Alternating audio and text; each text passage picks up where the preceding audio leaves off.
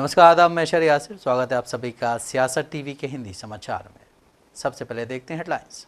मध्य प्रदेश के खजुराहो में बोले पीएम मोदी, कहा घोषणाएं करने, फिदा काटने, दिया जलाने में कांग्रेस सरकारें थी माहिर। अंबेडकर पर सियासत कर रही कांग्रेस, महात्मा गांधी की विरासत पर भी रखना चाहती अपनी पुख्ता दावेदारी।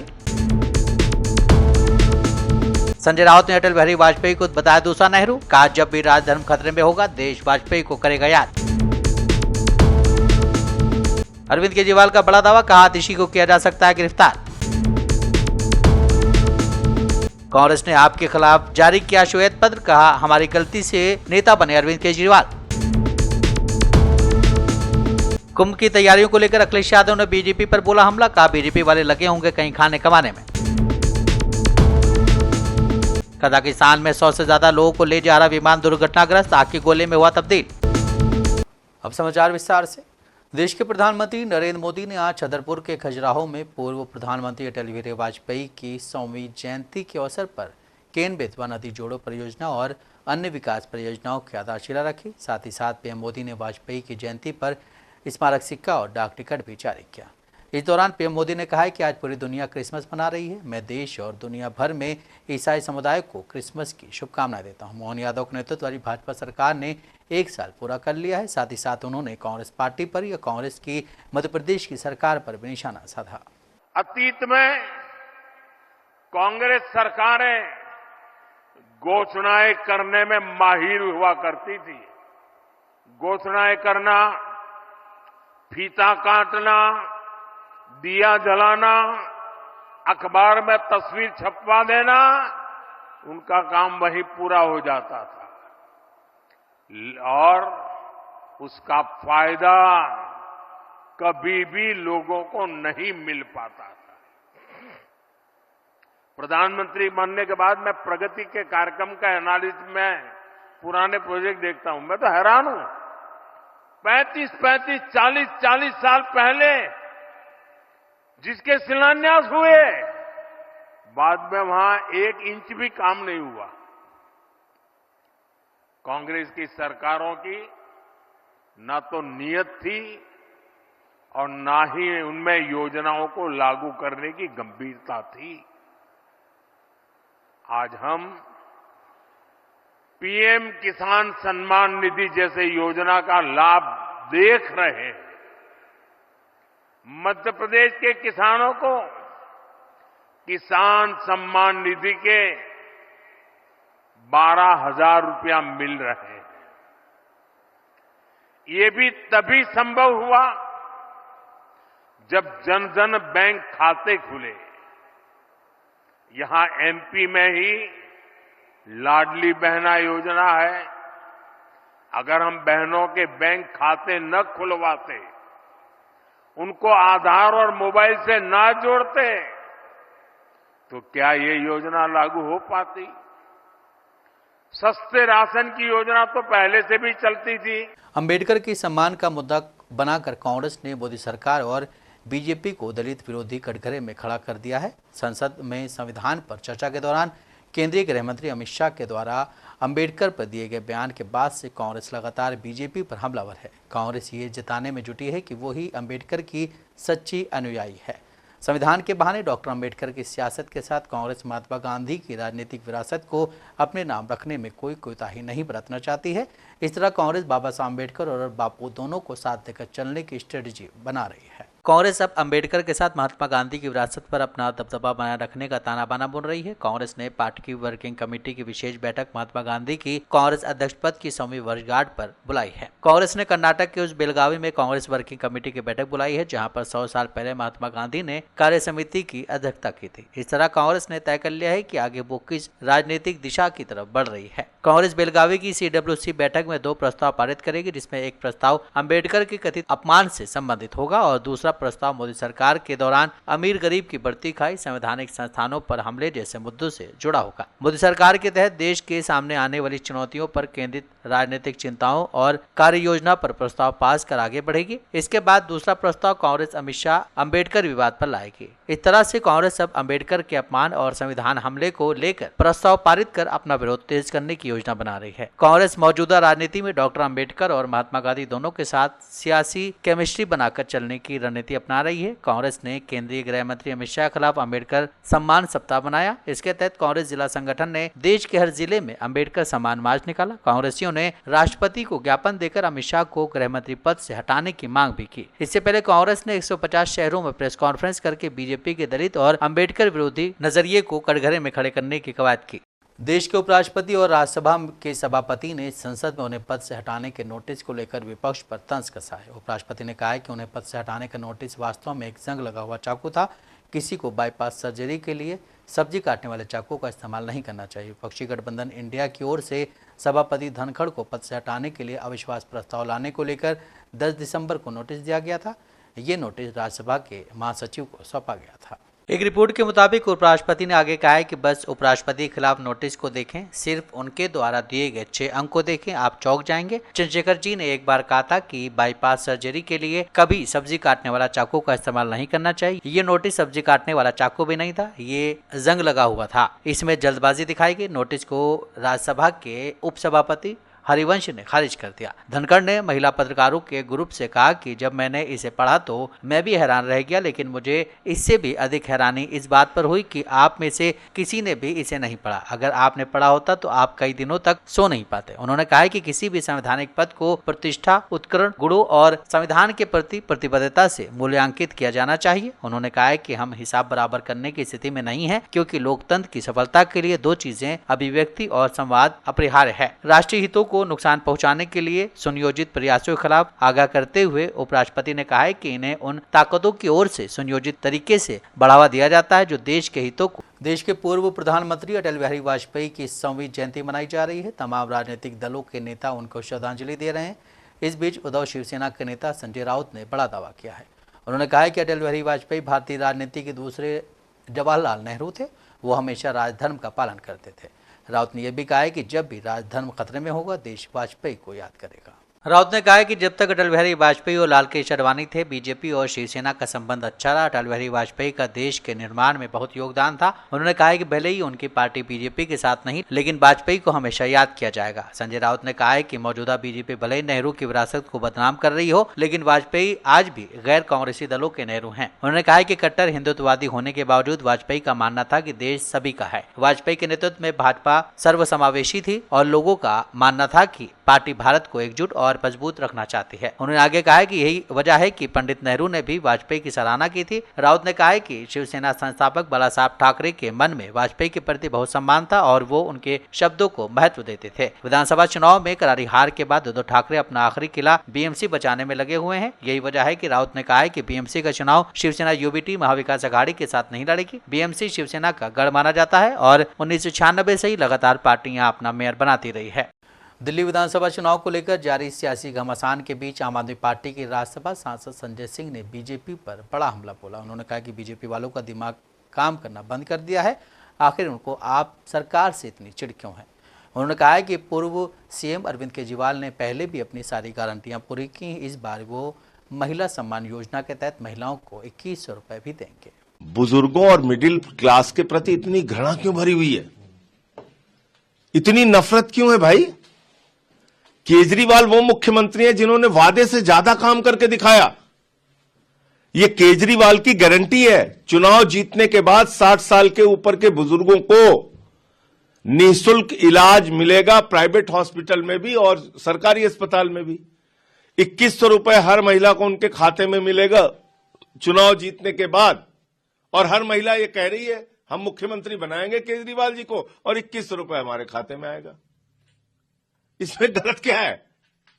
मतलब भाजपा ही पागल हो गए, उनका दिमाग काम करना बंद हो गया। सरकार का पब्लिक नोटिस है, मतलब अरे भाई सरकार का जिन लोगों, देखिए क्या है, बीजेपी ने दबाव बनाकर ये विज्ञापन निकलवाया है जिन अधिकारियों से, उनके खिलाफ भी कार्रवाई होगी, उसकी कोई बात नहीं है। लेकिन सबसे बड़ा सवाल यह है कि एक मुख्यमंत्री के तौर पे केजरीवाल जी ने फ्री बिजली दिया, फ्री पानी दिया, फ्री शिक्षा दिया, फ्री इलाज दिया, बुजुर्गों की तीर्थ यात्रा फ्री दी, माताओं बहनों के लिए बस की यात्रा फ्री की, फरिश्ते स्कीम लागू किया और इसको भी लागू करेंगे। वो कह रहे हैं कि ये हमारा चुनाव जीतने के बाद की गारंटी है। सिर्फ वादा ही नहीं, गारंटी है। उसको पूरा करेंगे। एक तरफ है भारतीय जुट्ठा पार्टी, जिसने कहा 2 करोड़ नौकरी देंगे, नहीं दिया। जिसने कहा काला धन लाएंगे, 15 लाख देंगे, नहीं दिया। जिसने कहा फसल का दाम 2 गुना करेंगे, नहीं किया। जिसने कहा पेट्रोल 50 रुपए का, डीजल 40 रुपए का हो जाएगा, नहीं हुआ। जिसने देश को बर्बाद किया। आम आदमी पार्टी के राष्ट्रीय संयोजक और दिल्ली के पूर्व मुख्यमंत्री अरविंद केजरीवाल ने आज बीजेपी पर जमकर निशाना साधा। उन्होंने इस दौरान दिल्ली सरकार की योजनाओं को रोकने का आरोप लगाया।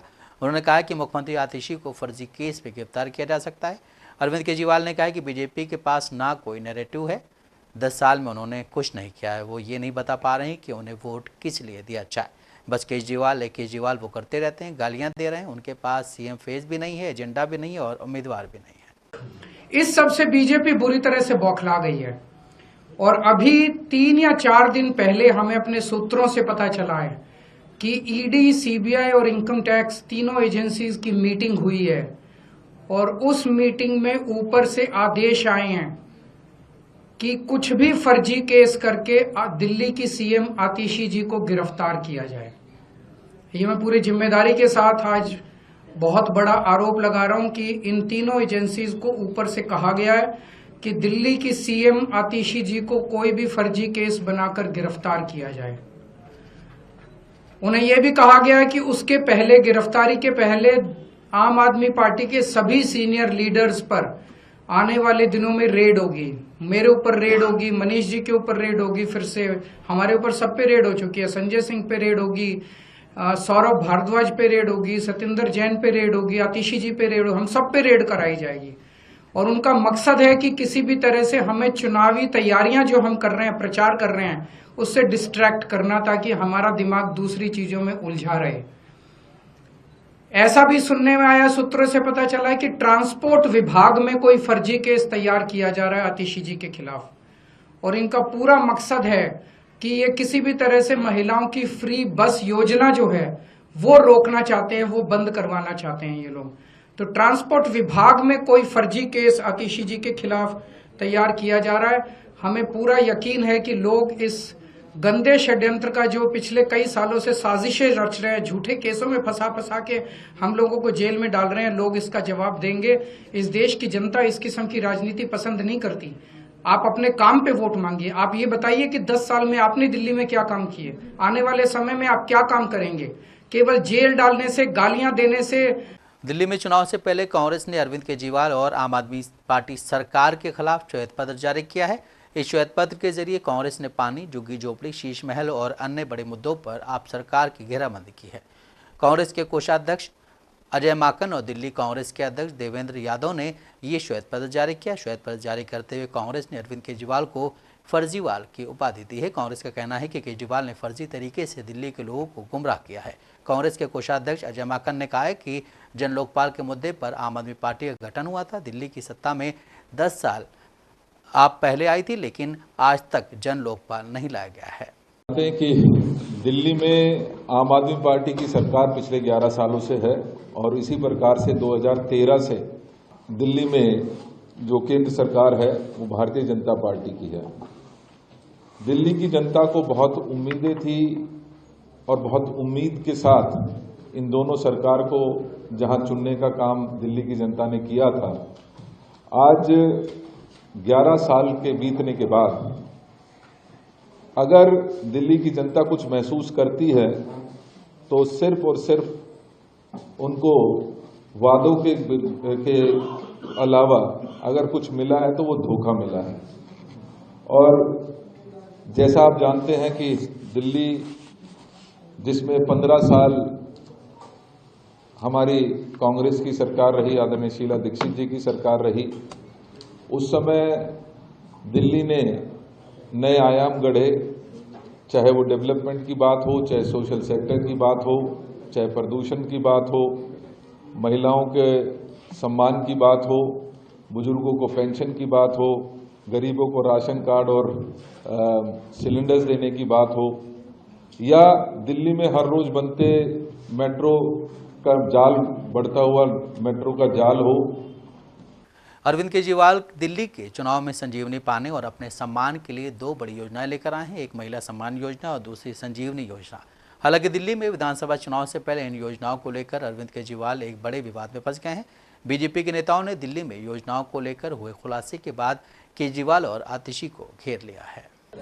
दिल्ली के लोगों को आज ये खबर बहुत हैरान करने वाली है कि पूर्व मुख्यमंत्री अरविंद केजरीवाल जो महिलाओं से साइन करा रहे हैं, दिल्ली सरकार का ही डिपार्टमेंट एडवर्टीजमेंट निकाल के कह रहा है कि भाई ये फ्रॉड हो रहा है, दिल्ली की जनता इससे सावधान रहे। इस तरह का कोई न तो प्रस्ताव है और न तो कोई ऐसी योजना है।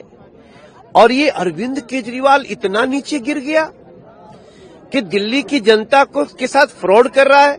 अभी पता चल रहा है जो साइन कर रहे हैं उनके अकाउंट से पैसा निकल भी सकता है। आतिशी क्यों चुप है? आतिशी मुख्यमंत्री है ना, आतिशी कुछ नहीं बोल रही है। विभाग ने अपनी जान बचाने के लिए कि कहीं कल वो न फ्रॉड में फंस जाए, उसने अपना एडवर्टीजमेंट निकाल दिया और हम हैरान हैं। मैं समझता हूं जो सुनेगा दिल्ली में वो हैरान हो जाएगा कि जो साइन कर रहा है उसके अकाउंट से पैसा भी निकल सकता है। देखो, हो सकता है वो नियम कानून मानता तो नहीं है, जानता जरूर है अरविंद केजरीवाल। आपकी प्रस्तावित महिला भत्ता योजना और वरिष्ठ नागरिकों के लिए मुफ्त चिकित्सा उपचार योजना के अस्तित्व को नकारने वाले दिल्ली सरकार के सार्वजनिक नोटिस पर कांग्रेस नेता संदीप दीक्षित ने कहा है कि पहले भी हमने इस पर सवाल उठाए थे। जब आप भेजेंगे तो पैसा जारी कर दिया जाएगा। वित्त विभाग का प्रस्ताव है, ये धोखाधड़ी है। योजनाओं के लिए पंजीकरण करने के लिए लोगों को कॉल करना, डेटा इकट्ठा करने के एक अलग तरीका हो सकता है। ये तो सच बात है। जब इन्होंने कहा था करीबन महीने भर 15-20 दिन पहले कि 1000 रुपया प्रति माह भेजेंगे, तब भी हमने इस पे सवाल उठाए थे और हमने ये भी कहा था कि आपकी पंजाब में सरकार रही है, आपका वायदा रहा है चुनावी, आपको बहुत सीटें वहां मिली हैं, वहां तो 1 रुपया आज तक नहीं बटा। दिल्ली में भी हम लोगों को मालूम थी कि ऐसा तो है नहीं कि दिल्ली के अधिकारी और लोगों से बात नहीं करते हैं। जब हम लोगों ने पता किया तो पता चला कि स्कीम छोड़िए, इसकी डिस्कशन भी नहीं हुई है। और पैसा तो तब जाएगा ना कि जब बजट में या वित्त विभाग को आप कोई ना कोई प्रपोजल भेजेंगे। 1 रुपये का प्रपोजल नहीं भेजा है। तो इनका जो कहना है कि चुनाव के पहले 1000 रुपया महीना और बाद में 2100 रुपये, जब खुद आपने उस पर काम भी नहीं शुरू किया है, तो एक तरीके से आप समझ लीजिए ये फ्रॉड है। जो आप टेबलों पे महिलाओं को बुला बुलाकर उनसे दस्तखत करवा रहे हैं। दिल्ली सरकार की योजनाओं के खिलाफ सरकारी नोटिस से सीएम आतिशी भड़क गई हैं। उन्होंने अखबार में योजनाओं के खिलाफ विज्ञापन देने वाले अधिकारियों पर एक्शन की चेतावनी दी है। दिल्ली के मुख्यमंत्री ने आज कहा है कि महिला और बुजुर्ग कल्याण पर आम आदमी पार्टी की योजनाओं से संबंधित आज के अखबार में सार्वजनिक नोटिस प्रकाशित करवाने वाले अधिकारियों के खिलाफ प्रशासनिक और पुलिस कार्रवाई की जाएगी। जो नोटिस आज अखबारों में जारी हुए हैं वो पूरी तरह से गलत हैं, झूठे हैं और कुछ अफसरों पर भारतीय जनता पार्टी ने दबाव बनाकर ये गलत सूचना अखबार में छपवाई है। इन अफसरों के खिलाफ एडमिनिस्ट्रेटिव कार्रवाई तो होगी ही। इन अफसरों ने जो ये गलत सूचना अखबार में छापी है, इनके खिलाफ पुलिस कार्रवाई भी की जाएगी। आज अखबार में ये सूचना निकाली गई कि महिला सम्मान ऐसी कोई योजना नहीं है, जबकि दिल्ली सरकार का कैबिनेट डिसीजन है, दिल्ली सरकार का ये नोटिफिकेशन है इस कैबिनेट डिसीजन का। ये नोटिफिकेशन पब्लिक डोमेन में है कि ये स्कीम है 1000 रुपए की, ये नोटिफाई हो चुकी है। उसके बावजूद भारतीय जनता पार्टी ने कुछ अफसरों पे दबाव बनाया है। उन अफसरों पे सख्त से सख्त कार्रवाई होगी और उन अफसरों पर पुलिस कार्रवाई भी होगी।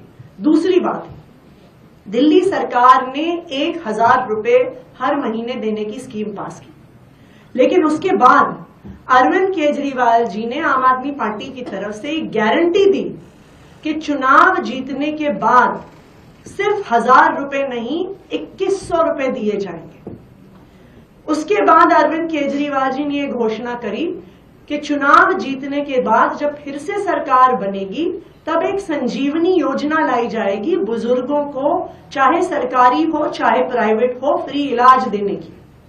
तो ये स्वाभाविक बात है, यह आम आदमी पार्टी की घोषणा है। दिल्ली विधानसभा चुनाव में असदुद्दीन ओवैसी की पार्टी एआईएमआईएम पूरे दमखम से चुनाव लड़ रही। इस बीच सूत्रों ने बताया कि एमआईएम सीलमपुर विधानसभा सीट से शाहरुख पठान को टिकट दे सकती है। शाहरुख पठान दिल्ली दंगे मामले में आरोपी हैं। इससे पहले एमआईएम दिल्ली दंगों के एक अन्य आरोपी ताहिर हुसैन को भी टिकट दे चुकी है। दिल्ली बीजेपी के वरिष्ठ नेता ने इसको लेकर निशाना साधा है।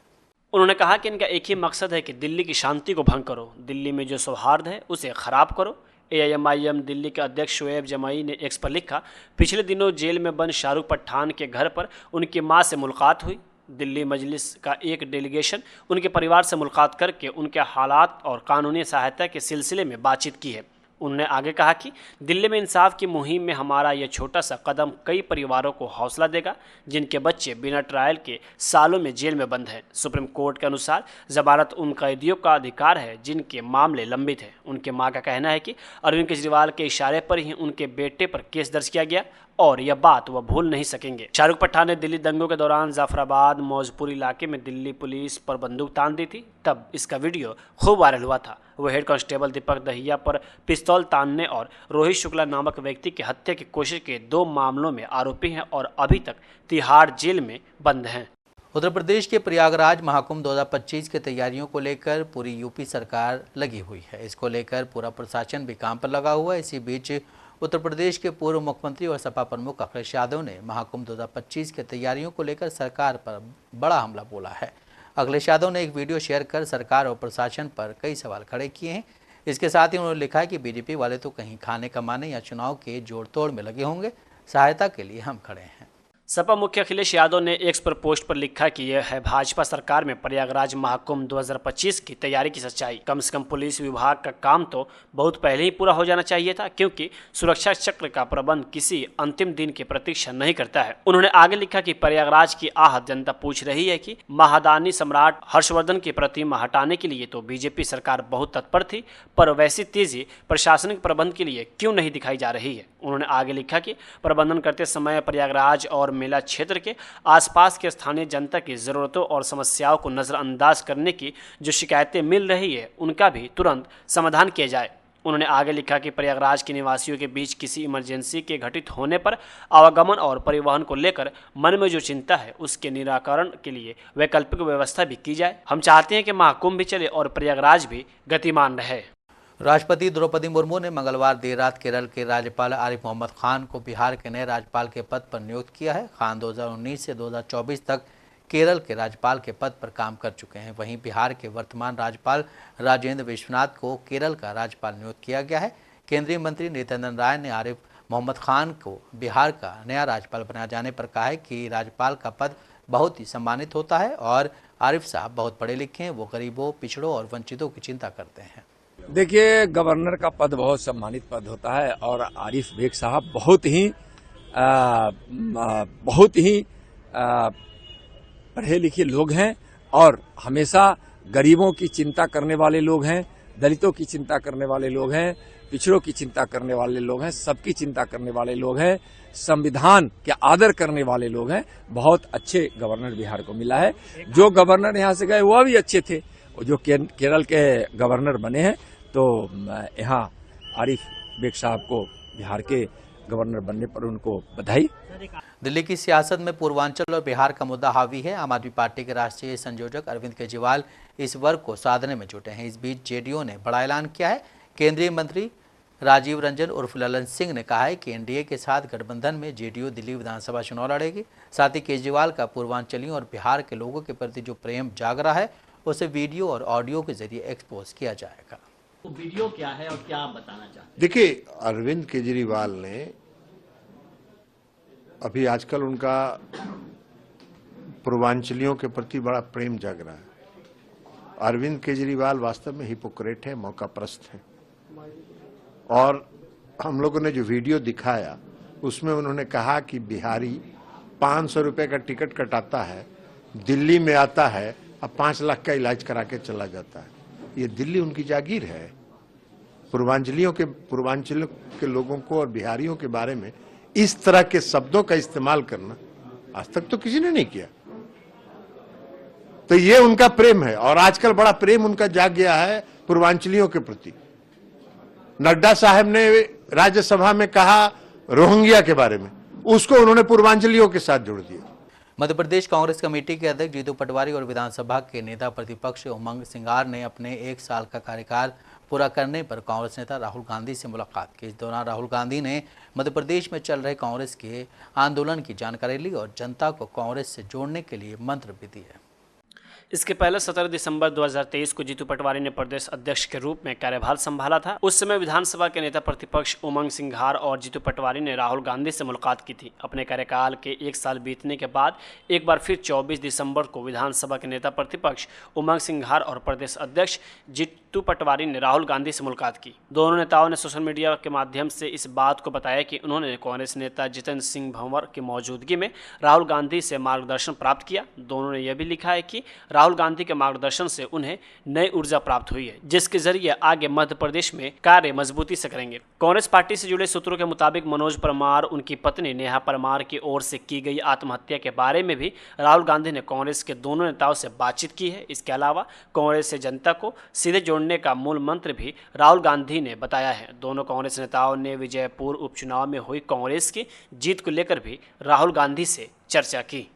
राजस्थान के करौली जिले के करौली गंगापुर मार्ग पर कल रात एक भीषण सड़क हादसे में 5 लोगों की मौत हो गई।